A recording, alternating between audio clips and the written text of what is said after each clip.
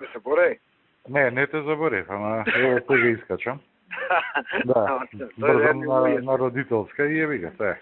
Ништо на кратко дури одиш надолу. Значи вака сега, за да не губиме време.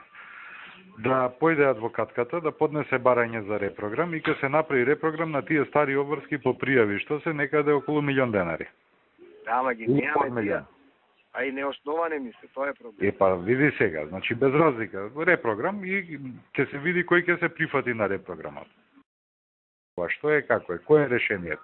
Вика, може да поднесат барање за репрограм, ние ќе го прифатиме и ќе донесеме барање за репрограм. Дека некој си го прифаќа тој долг да го подмирува во следните 36 месеци. Во моментот кога тоа решение ние ќе го огласиме за дека е во правен промет, издаваме потврдата и тотал си се брише пред централен регистар.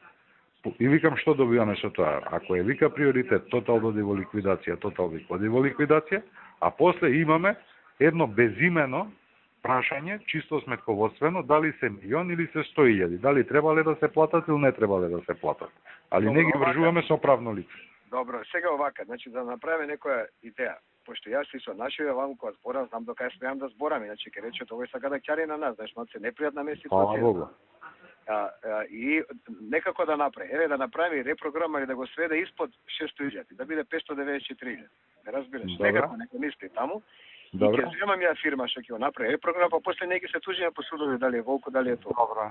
Добра. Тоа кога ќе ми дојдат потврдите, јас ќе ти јавам. Јас сум утре до 2:30 на работа, после сум кај Никола. Добро, ти гледа значи од Сабајле. Гледам од Сабајле да го фатам, дека е 11:30-12 да репрограм на помалку од 600.000. А после ја ќе видам, ќе зборам после со вие, па ќе видиме како. Добра. Барајме ти мене утре околу 12 за секој случај. Важи.